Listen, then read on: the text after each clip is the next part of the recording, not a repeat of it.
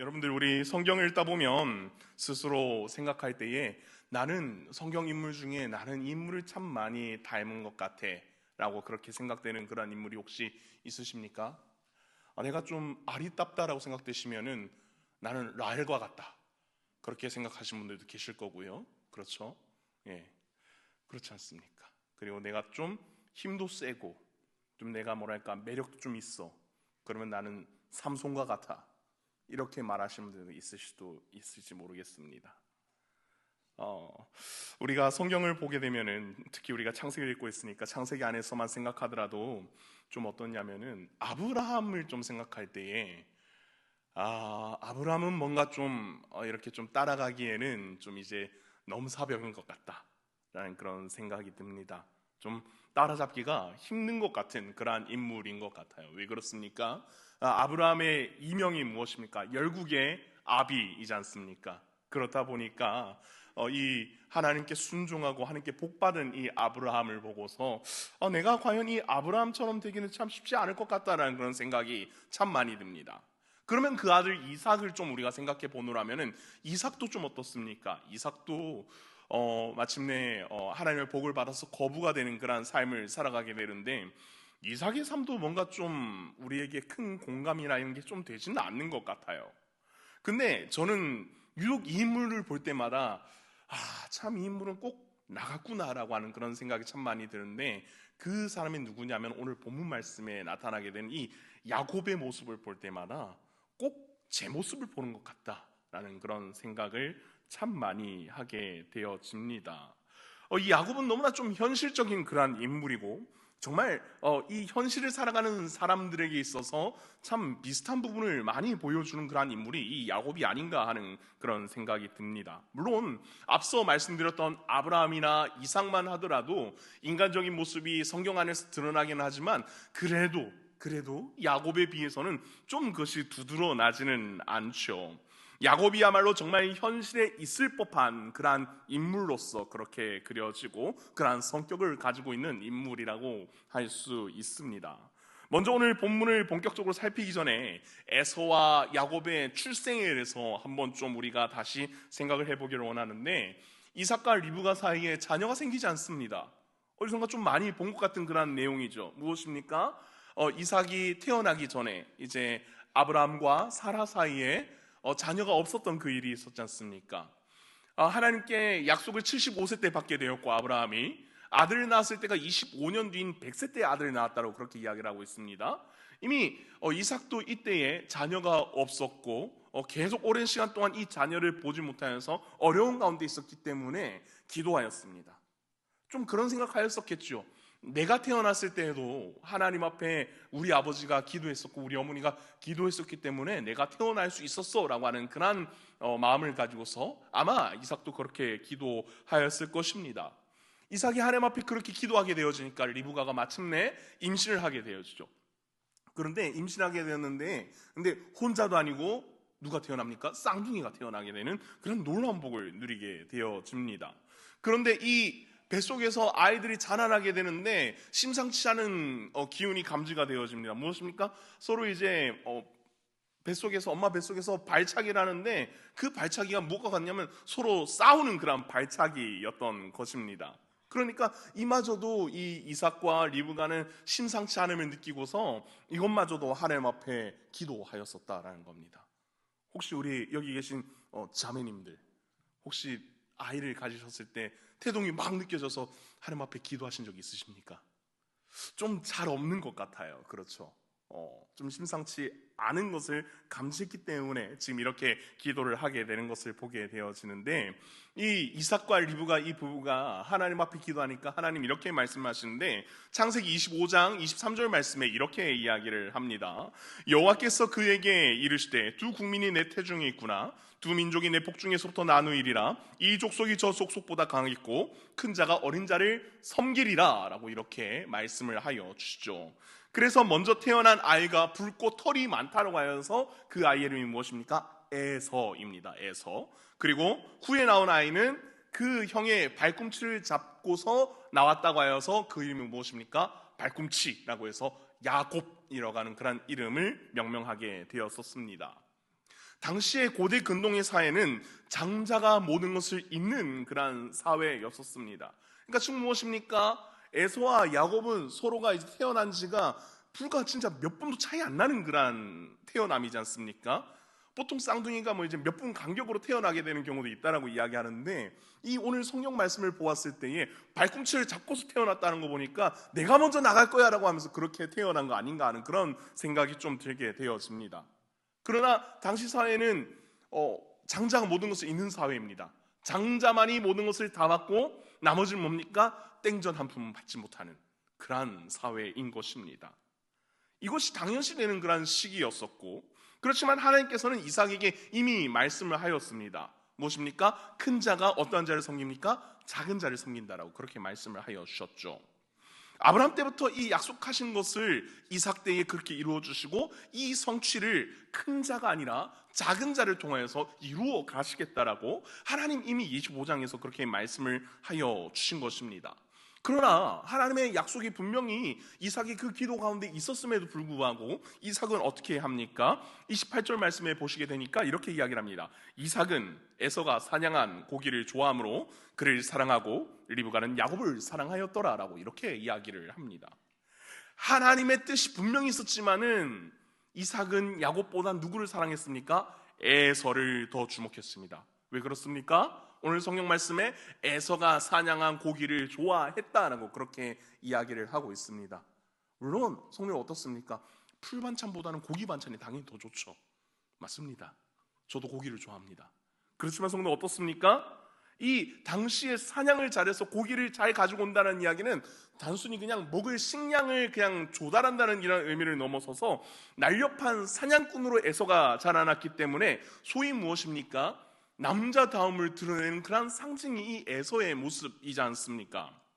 그렇기 때문에 이 에서는 좀 더 멋있었을 것이고, 아마 좀 요즘 이제 사람들 이제 젊은 친구들 보게 되어지면은 막 이제 근육을 엄청나게 키워가지고 막 이렇게 근육 자랑하고, 옷을 입어도 옷에 태가 딱 나고, 이렇게 티셔츠 한 장을 딱 입어도 무엇입니까? 역삼각형으로 딱 이렇게 나서 어깨가 딱 이렇게 벌어져 있는 그런 사람처럼 아마 에서가 보였을 것입니다. 그런데 그에 비해서 야곱은 좀 어떻겠습니까? 리브가가 야곱을 사랑했다라고 그렇게 이야기하는데, 형에 비해서 소위 말하는 그런 이제 남자다움이 조금은 있지 않은 그런 인물로서 그렇게 보여집니다. 우리가 성경을 보게 되어지면은 팥죽도 끓이고 뭐 이제 그런 모습을 보게 되어지니까 소위 말해서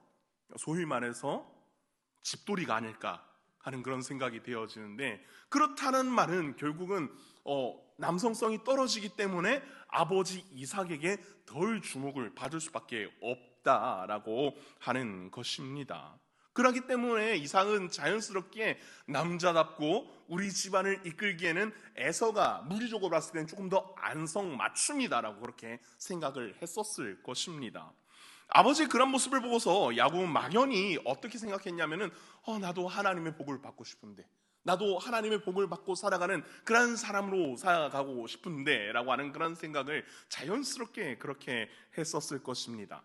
장자가 받는 복을 나도 좀 받고 싶고, 그러하게 사냥하고 돌아온 에서가 팥죽 냄새를 맡고서 그렇게 왔을 때에 형, 장자권 나한테 팔면은 내가 이 팥죽 한 그릇 줄게 라고 하는 그런 거래를 또한 제안했던 것이고, 그렇기 때문에 이 야곱은 하나님 앞에 복을 받기 위해서 이러한 인간적인 그러한 수단을 가리지 않고 그렇게 사용하였었다는 겁니다. 물리적인 시간으로는 장자가 되는 것은 에사가 맞습니다. 하지만 하나님께서 야곱을 택해 두셨고 잘 교육을 받고 어긋나지 않게 하나님을 섬기며 살아간다고 한다면은 복잡하게 이삭의 대를 이어가지 않고서라도 그렇게 믿음의 세대를 잘 유지하고 명맥을 이어서 야곱이 될 수 있었겠지만은, 그러나 어떻습니까? 야곱의 잘못된 그러한 신앙관, 내가 장자권을 획득하기 위해서 어떻게든 내가 힘을 써야 되라고 하는 그런 인간적인 그런 마음이 있었고요. 그리고 무엇입니까? 잘못된 복을 사모함이 또 야곱 가운데는 있었습니다. 그리고 하나님의 약속이 그 아비 이삭에게 분명히 있었음에도 불구하고 어떻습니까? 이삭의 눈이 멀어져 버림과 동시에 이 가정이 통째로 흔들리는 그러한 일이 결국은 발생하게 되고야 만 것입니다. 오늘 읽지 않았지만 27장 1절 말씀에 이렇게 이야기를 하고 있죠. 이삭이 나이가 많아 눈이 어두워 잘 보지 못하더니 맏아들 에서를 불러 이르되 내 아들아 하매 그가 이르되 내가 여기 있나이다 라고 하면서 이렇게 이야기를 합니다. 여기서 단순히 그냥 물리적인 시각으로서의 이삭이 눈이 멀었다라고 하는 그런 이야기가 아닙니다. 물론 사람이 나이가 들게 되면 시력이 점점 저하가 되어지는 건 있죠. 그러나 어떻습니까? 25장에 분명히 하나님의 약속은 야곱이었습니다. 그러나 지금 이삭은 누구를 주목하고 있습니까? 에서를 주목하고 있죠. 단순히 육신의 눈이 멀었다는 그런 의미뿐만이 아니라 어디 눈마저도 먼 것입니까? 영의 눈마저도 멀게 되어진 것이었습니다. 영적인 판단력이 흐려지고 육적으로 판단하게 되어지니까 결국은 하나님 뜻을 함께 들은 리브가가 야곱의 편에 서서 에서가 사냥하러 나간 사이에 집안에 있는 고기를 잡아다가 털을 입혀서 그래서 아버지 이삭에게로 그렇게 나아가게 하는 것이죠. 그래서 결국 어떻게 되어집니까? 그 축복을 강탈하는 그러한 사건을 벌이고 말게 된 것이었습니다. 그러나 이미 하나님 뜻은 야곱을 통해 믿음의 계보를 이어나가는 것이 이것이 전설입니다. 야곱은 이를 알지 못했고 하나님 앞에 그 전까지 그렇게 간절하게 기도해 본 적도 전혀 없었습니다. 잘못된 선택 그리고 하나님에 대해서 잘못 알고 있는 것, 하나님의 복에 대해서 잘못 알고 있었기 때문에 야곱은 모든 것이 꼬여서 결국은 도망자 신세가 되고 만 것이었습니다. 가만히 있으면서 하나님의 뜻을 올바르게 알고 하나님의 뜻을 올바르게 수행하였더라면 자연스럽게 주신 그 복락을 누리게 되는 그런 인생이었을 것인데 사람의 욕심이 잉태함으로 말미암아 그 바로 갈 수 있는 길을 돌고 돌아서 갈 수밖에 없는 그런 험난한 여정을 걸어가게 된 것이었습니다. 그리고 그 여정이 약 몇 년 정도 되겠습니까, 성도님들? 우리가 알고 있지만 라헬을 위하여서 야곱이 나중에 라반의 집에 가서 일을 하게 될 때에 그 아내를 구하기 위해서 7년을 일하였고, 그리고 어떻습니까? 라헬을 얻은 줄 아는데 보니까 누구였습니까? 레아였죠. 그렇기 때문에 일주일을 이 잔치를 지내고 나서 7년을 네가 좀 더 일하면은 그러면은 내가 라헬을 줄 것이다 라고 라헬을 미리 주고 그리고 또 7년을 일하죠. 그리고 거기서 플러스로 6년을 더 일을 하게 되어집니다. 총 몇 년 동안 일을 하게 되어졌습니까? 20년을 거기서 일을 하게 되어졌다라는 겁니다. 성도님들 20년이라는 시간을 그렇게 종로를 타듯이 그렇게 살아간다는 것 참 쉽지 않은 그러한 일이라는 것이죠. 근데 야곱이 이러한 돌고 돌아서 가게 되는 그러한 험난한 여정을 걸어가게 되는 데 있어서는 야곱이 하나님 앞에 옳은 선택이 아니라 옳지 않은 선택을 하고 인간의 욕심으로 살아갔기 때문에 그렇기 때문에 이렇게 되어져 버렸다라는 것입니다. 하나님의 뜻보다 저마다 욕심이 있기 때문에 형이 동생을 죽이려고 하고 그 도망의 자리를 하게 되었을 때에 이삭과 리브가가 이대로 있게 되면은 에서도 잃게 되고 그리고 야곱도 잃게 되고 내가 사랑하는 아들들을 모두 잃게 되어지니까 결국은 궁여지책으로 하게 되어진 게 밧단 아람에 있는 라반의 집으로 그렇게 가게 된 것이었는데 결국 그 이후로 야곱은 안타깝게도 생전에 리브가를 더 이상 보지 못합니다. 그 도망가는 그 길이 리브가를 만나게 되는 마지막 그러한 모습이었었다라는 거죠. 사랑하는 성도 여러분, 하나님께서 허락하시는 복을 받는 길을 보여주실 때에 우리는 그 길을 바르게 쫓아가고자 합니까? 아니면 나의 눈에 욕심대로 그냥 보이는 대로 그냥 경로를 쫓아나가고자 하는 그런 마음이 우리 가운데 큽니까? 우리 성도님들께서는 하나님께서 허락하신 길을 잘 걸어가고 계신 줄로 알고 있는데 제가 우리 신광교회 오기 전에 여러 교회를 다니면서 보게 되었을 때에 하나님의 길대로 그렇게 나아가지 않는 그런 성도님들도 제법 보이더군요. 하나님은 우리의 실수마저도 들어 사용하시며 선으로 사용하시지만 그럼에도 우리의 욕심과 잘못된 판단으로 인해서 하나님께서 하실 일들이 지체되도록 만들면 우리는 안 된다는 겁니다. 우리의 잘못으로 하나님의 뜻을 가리운 일을 하게 된다면 우리는 안 된다는 겁니다. 그 길의 이정표가 앞에 보일 때에 올곧게 우리가 쫓아나갈 수 있는 우리 모든 신강교회 성도님들이 될 수 있기를 진심으로 소원합니다. 때로는 지름길과 같은 그런 지름길같이 보이는 그 길이 보일 때가 있습니다. 그 길 걸어가면 왠지 하나님께 복을 받고 하나님 일을 잘하게 될 것 같고 그런 길이 분명히 우리 눈앞에 보일 때도 있습니다. 그리고 우리를 유혹하는 그런 세력들이 분명히 있을 때도 있습니다. 그럼에도 우리는 어떻게 해야 되냐? 정도를 걸어가야 된다는 겁니다. 정도.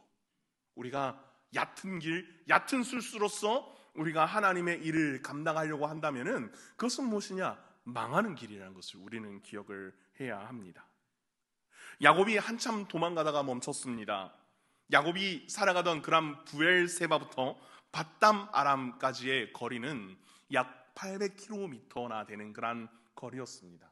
뭐 요즘 시대야 800km 별것 아닌 것 같은 그런 거리처럼 느껴질지는 모르겠으나, 성도님들이 제가 정확하게 어제 이제 인터넷에서 검색을 해보니까 서울에서부터 부산까지 거리가 약 이제 어디서 출발하게 될지는 다르지만은 390km에서 430km라고 그렇게 이야기를 합니다. 그렇다고 한다면은 이 400km라고 치고 이 400km를 차로 운전해서 가게 되어지면은 약 4시간에서 5시간 정도 이 시간이 소요된다라고 이야기를 하더군요. 그리고 KTX로 서울역에서 부산역까지 가게 되어지면은 약 2시간 40분이 걸리는 그런 거리입니다. 그러나 성도님들 한번 생각해 보기를 원합니다. 우리는 지금 이 21세기에 살아가는 사람들이기 때문에 그러한 문명을 누리면서 살아가고 있지만, 당시 이 고대 근동의 사회에는 차가 있겠습니까? KTX가 있겠습니까? 비행기가 있겠습니까? 아무것도 없습니다. 그러기 때문에 어떻습니까? 오직 도보로 가게 되어지고, 아니면 낙타나 말과 같은 그러한 짐승을 이용해서 가게 되어지는데, 지금 이 야곱의 이 모습은 너무나 급박한 그러한 사태였기 때문에 그저 달려서 도망갈 수밖에 없는 그러한 상황 가운데 있었던 것입니다. 이 거리가 성인 걸음거리로 약 이제 800km를 약 100만 보에서 200만 보를 걸어야지, 그래야지 이 길을 다다를 수 있다라고 이렇게 이야기를 합니다. 저도 요즘 저희 건강을 위해서 10,000보 이상은 걸어보자라고 그렇게 결단하고 있는데 쉽지 않습니다, 은근히. 근데 이것을 100만 보, 200만 보 걷는다고 생각한다면 성도님들, 가히 상상이나 되겠습니까? 상상되지 않는 그런 걸음입니다. 매일 25km씩 그렇게 걸어간다고 하였을 때에 약 31일에서 32일 정도 걸리는 그러한 시간이 소요가 됩니다. 그렇다고 해서 하루에 25km 걸어가는 것 매일 그렇게 일정토록 걸어갈 수 있습니까? 아니라는 거죠. 걸어갈 수가 없습니다. 이 길을 정신없이 도망치고 있던 야곱, 그 야곱의 모습은 너무나 안타까운 그런 모습이었습니다. 형과는 다른 성향을 가진 그런 야곱의 모습이었습니다. 형과 다르게 형은 사냥하는 스타일이었지만은 야곱은 가정적인 그런 사람이었기 때문에 이 가정적인 사람이 갑자기 밖으로 뛰쳐나와서 그렇게 자기 두 다리로 열심히 도망치는 것은 가히 쉽지 않은 그러한 일이었을 것입니다. 그리고 어떻습니까?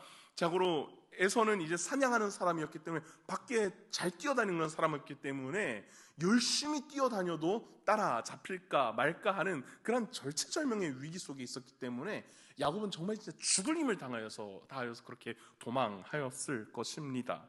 그렇게 정신없이 길을 가다가 어둑해져서 이제 드디어 길을 멈추어 그렇게 가게 되어졌습니다.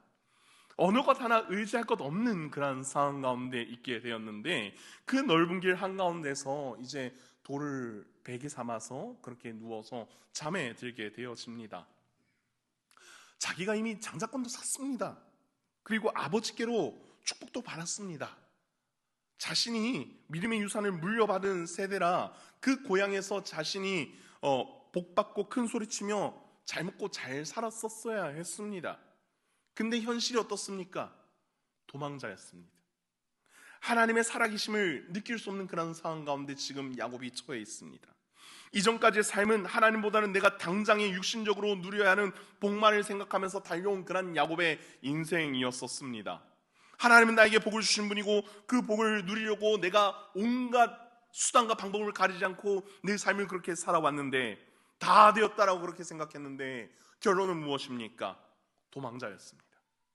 당시 고대 종교관은 지역신 혹은 토착신의 그러한 개념이 상당히 좀 컸었습니다. 그렇기 때문에 이제 자신이 살던 곳에서 떨어져 나왔기 때문에 무엇입니까? 소위 말해서 신의 가호를 받을 수 없는 것이라고 야곱은 그렇게 생각을 했습니다. 그렇게 도망치던 그 자리에서 돌을 베개 삼아 초라한 모습으로 잠자리에 들었습니다. 그때 꿈을 꾸게 되었죠. 사닥다리가 땅에서 하늘까지 펼쳐지고 있고, 그곳에 무엇입니까? 하나님의 사자가 오르락 내리락 하고 있는 그런 모습이 보이고, 그리고 그 사닥다리 그 위에 서신 분이 하나님이 계셨다라고 하는 겁니다. 하나님이 임재하셔서 하나님이 사실 멀리 계신 것 같았지만은 하나님 늘 야곱의 옆에 계셔 주셨고, 그 옆에 계신 하나님이 드디어 야곱에게 친히 보일 수 있도록 그렇게 나타나 주신 것이었습니다. 그토록 아버지에게 귀에 딱지가 않도록 그렇게 들었었던 하나님을 드디어 만나게 되어진 것이죠. 그리고는 할아버지 때부터 바랐던 땅, 자손, 그리고 복의 통로가 될 것이다, 복을 자신으로 받을 것이라는 그런 것을, 그 약속을 이제 드디어 직접 듣게 되어집니다. 온실 속에 화초같이 그렇게 살아갈 때에 하나님을 잘못 알고 있었고, 그 하나님을 온전히 느끼지 못하는 그런 모습이 야곱의 그런 모습이었습니다. 소위 믿음을 뭘로 배운 거냐면은 소위 믿음을 글로 배운 것입니다. 하나님께서는 믿음을 온전히 지키기 원하셨고 잘못된 길로 가고 있다는 것을 보여주시기 위하여서 야곱을 도망자 신세로 그렇게 만들어 가신 것이었습니다. 그렇게 가장 약할 시점에 야곱을 만나주시고 야곱을 사용하시고자 그 머나먼 길로 보내어주시고, 돌아가는 길이지만 그렇게 돌아가는 길이라 하더라도 그 길을 통하여서 하나님을 올바르게 만나고 하나님을 올바르게 믿게 할 수 있다면은 하나님 그 길을 택하셔서 그 자녀에게 행하게 하여 주신다라는 겁니다. 하나님은 그냥 소문의 하나님이 아니라 정말로 살아계신 하나님이심을 이 과정을 통해서 보여주시기를 원하셨다라는 거죠. 그리고 그분이 지경을 확장시켜 나가시는 그런 신실한 분이심을 보여주시기를 하나님 원하고 계셨다라는 겁니다. 사랑하는 성도 여러분, 오랫동안 우리가 신앙생활을 해오면서 하나님을 만나고 느끼고 지금도 하나님을 날마다 만나며 교제하고 있는 줄로 믿습니다. 우리가 날마다 하나님 앞에 서지 않고 잘못된 길로 나아가게 된다라고 한다면은 하나님께서는 그 백성을 이끌어 주기만을 원하지만은 잠잠히 기다리십니다. 올바른 길로 다시 돌아오게 될 때까지 하나님 잠잠히 우리를 지켜보시고 기다리십니다. 그리고 그럴 때 하나님께서 우리 앞에 뭐라고 말씀하실까요? 좋은 말로 할 때 잘하라고. 좋은 말로 할 때 잘하라. 분명히 하나님 우리 앞에 그렇게 말씀하실 것입니다. 그리고 그 하나님 앞에 온전히 나아갈 때 우리를 복의 통로로 삼아주시고 우리를 영원한 기업으로 하나님께서 친히 삼아가 주시고 우리를 사용해 주신다는 사실 기억하며 나아가실 수 있기를 진심으로 소원합니다. 마지막으로 하나님을 만난 야곱은 잠에서 깨어 사용한 돌베개를 기둥으로 세우고 기름을 붓습니다. 무엇을 하는 것입니까? 우리가 지금 하는 것 같이 하나님 앞에 예배를 드리는 그런 모습인 것이죠. 하나님을 참되게 만나면 그 마음 가운데 하나님을 경외하는 그런 마음이 생기기 마련입니다. 그리고 하나님의 약속이 실현되기를 소망하며 나갔습니다. 20절과 21절 말씀에 내가 평안히 아버지 집으로 돌아가게 하시오면 이라고 이렇게 이야기를 하는데, 하나님께서 이렇게 해주시면 저도 이렇게 하나님 앞에 믿음으로 설 것입니다 라고 말하지 않습니다. 하나님께 야곱이 감히 조건부를 붙여서 하나님 앞에 그렇게 기도하고 예배하지 않았습니다. 여기서의 의미는 무엇이냐면은 하나님께서 이미 약속하셨으니 말씀하신 것이 그대로 이루어질 줄 믿습니다라고 하는 그러한 의미로서 나아가게 된 것이고, 하나님 이렇게 해주시면 내가 이렇게 할게요가 아니라는 것입니다. 하나님 이렇게 하여줄 믿고 내가 나아갑니다 라고 하는 그런 결단의 의미라는 것입니다. 그러나 성도님들, 우리가 이 말씀을 보게 되었을 때에 착각하여서 조건부로 하나님 앞에 기도하면은 하나님 그렇게 들어줄 때 나도 조건부로 그렇게 행하면 되겠다라고 착각해서는 안 된다라는 겁니다. 하나님 약속하신 것 이미 이렇게 이루실 믿고 내가 어떻게 해야 된다는 겁니까? 내가 하나님 앞에 헌신되이 그렇게 나아가야 된다라는 그런 의미가 바로 이 말씀이라는 겁니다. 그러나 우리는 하나님 앞에 착각하고 기도하고 신앙생활을 할 때가 참으로 많이 있다는 거죠. 우리는 하나님 앞에 기도할 때에 하나님 앞에 조건부를 달고서 기도할 때가 참으로 많이 있습니다. 하나님, 로또 당첨되게 해주세요. 그러면 제가 교회 건축을 위하여서 헌금하겠습니다. 하나님, 저에게 제발 땅값 엄청 오르게 해주시면은 하나님 이 땅 팔아가지고 하나님 앞에 드리겠습니다. 하나님, 제가 지금 사놓은 주식들 갑자기 엄청 오르면은 하나님, 제가 이 주식 팔아가지고 하나님 나라 위에 쓰겠습니다. 이렇게 기도하는 것과 다르지 않다라는 겁니다. 사람이기 때문에 어쩌면 이러한 기도의 제목이 나온 것은 당연할지도 모르겠습니다.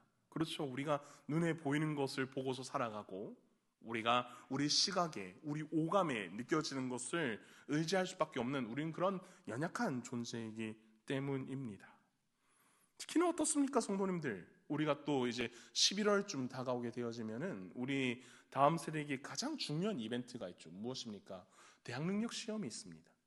대학능력 시험에 있게 되면은 어떠냐면은 성도님들 정말 재미있게도 제가 대구에서도 오래 사역했었기 때문에 대구에 803 가게 되어지면은 갑바위라고 하게 되는 그런 이제 저기 불교의 커다란 이제 그런 불상이 있습니다. 거기다가 다 가가지고 이제 비나이다 저희 아들 관악산에 있는 그 서울대 가게 해주십시오. 그렇게 기도 참 많이 합니다. 근데 정말 재밌는 것은 거기서 권사님들도 참 많이 만납니다. 예, 안타까운 모습이죠.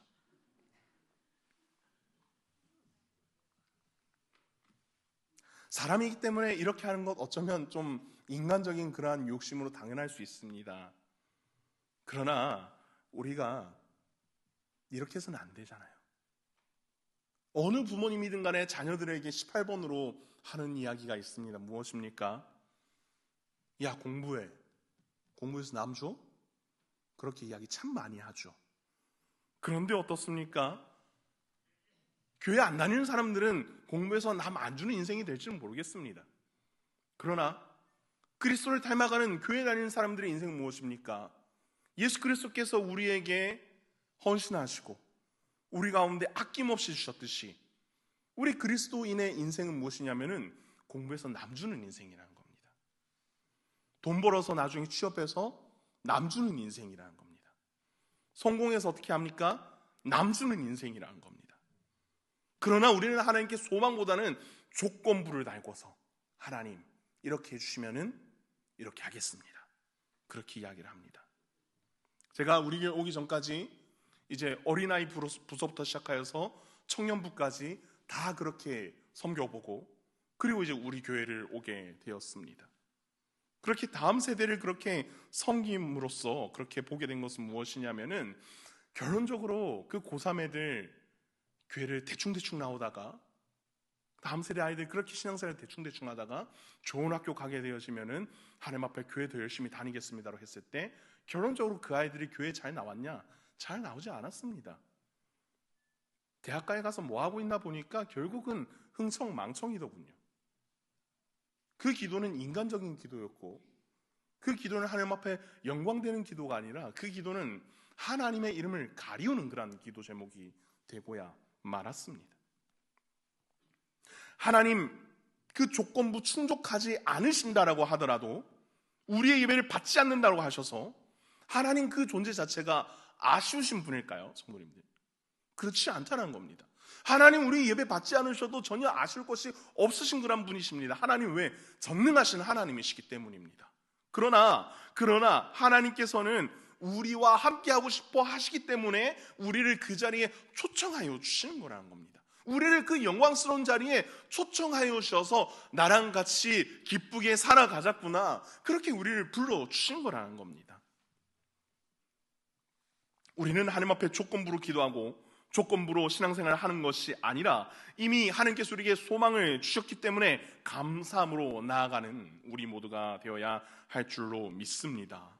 우리 기성세대도 마찬가지입니다. 우리 기성세대도 신앙생활을 하면서 살아갈 때에 계속해서 강단에서 나오는 이야기, 계속해서 우리 성도님들께서 하시는 이야기, 코로나 이후로 우리의 신앙생활이 많이 유약해졌습니다. 그렇죠? 어떻습니까, 성도님들? 영상 예배라는 게 생겼고요, 그렇죠? 영상 예배는 사실 어쩔 수 없이 생겨나게 된 것인데 이제 어떻게 되냐면은 코로나 때부터 이제 4인 이상 모임 금지라는 그런 조건을 이제 조건적으로 삼아서 어떻게 하냐면은 영상으로 예배 드리고 있어요라고 하면서 저기 인천으로부터 부산까지 놀러 가고 있습니다. 영상 대충 켜놓고서 예배 드리는 둥 안 드리는 둥. 처음에 성도님 어떻습니까? 우리가 처음에 영상으로 예배드릴 때 안타까운 마음으로, 물론 집에서 예배드리지만은 텔레비전에다가 이제 유튜브를 이제 연결을 시켜놓고서 어떻습니까? 처음에 예배드릴 때는 그래도 정장 입고 화장도 좀 하고 그리고서 하나님 앞에 정말 정성스럽게 그렇게 예배를 드렸죠. 그렇지만 어떻습니까, 성도님들? 이후의 모습에 있었을 때는 어떻게 되었습니까? 점점 더 이제 겨우 일어나서 예배드리고, 그리고 우리의 옷 모습이 정장이 아니라 그냥 대충 이렇게 탁탁 털어놓고 예배드리고, 조금 더 무너졌을 때 그냥 잠옷으로 그냥 예배드리고, 그리고 그 시간을 못 지키게 되었을 때에 다시 보기로 그냥 대충 그냥 이제 예배 영상을 틀어놓은 채 만 채 그렇게 예배드려지는 그런 유약한 모습으로 우리가 많이 그렇게 돌아갔다는 거죠. 안타까운 것은 무엇이냐면은 지금 코로나가 끝난 지 몇 년째인데 아직까지도 그 영상 예배를 의지하면서 많이 살아가고 있다는 겁니다. 영상 예배의 좋은 점 무엇이냐면요, 성도님들, 지금 현대에 있어서, 지금 시점에 있어서 우리가 하나님 앞에 기본적으로 우리의 주의를 신실하게 지키고 나서 그 이후에 하나님의 말씀을 더욱더 다시 듣고서 그 말씀의 은혜를 더 누리고 싶어 리마인딩 할 때 그렇게 쓰이는 게 이 이점이라는 겁니다. 그 영상 예배가 메인이 되어서는 안 된다라고 하는 거죠. 이 영상 예배 가지고서 영상 예배 드렸어요. 이번에 죄송해요, 제가 가족하고 여행이 있어서. 될까요, 성도님들? 안 된다는 겁니다. 어떠한 순간 속에서도 우리는 하나님 앞에 예배 드리기를 힘쓰고, 어떤 순간 속에서도 하나님 앞에 나아가기를 힘써야 한다는 겁니다. 물론 그렇다고 해서 제가 신방 전화했을 때 어디 가셨어요? 지난주 못 뵀네요 하면서 지난주에 가족 모임이 있어서 못 왔어요 라고 이야기했을 때 제가 어떻게 그렇게 하나님 앞에 벌 받으려고 이야기를 하진 않겠습니다만은, 그렇군요, 다음 주에 꼭 뵙기를 원합니다 라고 이렇게만 이야기하겠죠. 그렇지만 성도님들, 우리 스스로가 기억을 해야 합니다. 우리 스스로가 하나님 앞에 올바르게 서야 한다는 것. 야곱처럼 돌아가는 인생이 되지 않기를 원합니다. 돌아가면서 하나님을 만나기보다는 기왕이면 곧바르게 나아가서 하나님을 만나는 그런 인생이 될 수 있기를 진심으로 소원합니다. 마치라는 신호인 것 같습니다. 말씀을 정리합니다. 이 말씀을 함께 읽고서 우리가 마무리를 하려고 하는데요, 호세아 6장 1절에서 3절까지의 말씀입니다. 함께 우리 이 말씀 합독하고 우리 마무리를 하도록 하겠습니다. 함께 우리 읽습니다. 오라, 우리가 여호와께로 돌아가자. 여호와께서 우리를 찢으셨으나 도로 낫게 하실 것이요, 우리를 치셨으나 싸매어 줄 것임이라. 여호와께서 이틀 후에 우리를 살리시며 셋째 날에 우리를 일으키시리니 우리가 그의 앞에서 살리라. 그러므로 우리가 여호와를 알자, 힘써 여호와를 알자. 그의 나타나심은 새벽빛같이 어김없나니 비와 같이 땅을 적시는 늦은 비와 같이 우리에게 임하시리라 하니라. 아멘. 우리의 삶이 하나님께로 돌아가고 하나님을 힘써 알기를 원하고 알게 된 하나님을 붙들며 살아가는 그런 삶으로 살아갈 때에 하나님 우리에게 나아갈 길을 보여주시고 우리에게 한없는 축복을 허락하여 주신다는 사실을 기억하고 온전히 이번 남은 한 주도 믿음으로 살아나갈 수 있는 우리 모든 신광교회 성도님들이 되어질 수 있기를 진심으로 소원합니다. 기도하겠습니다.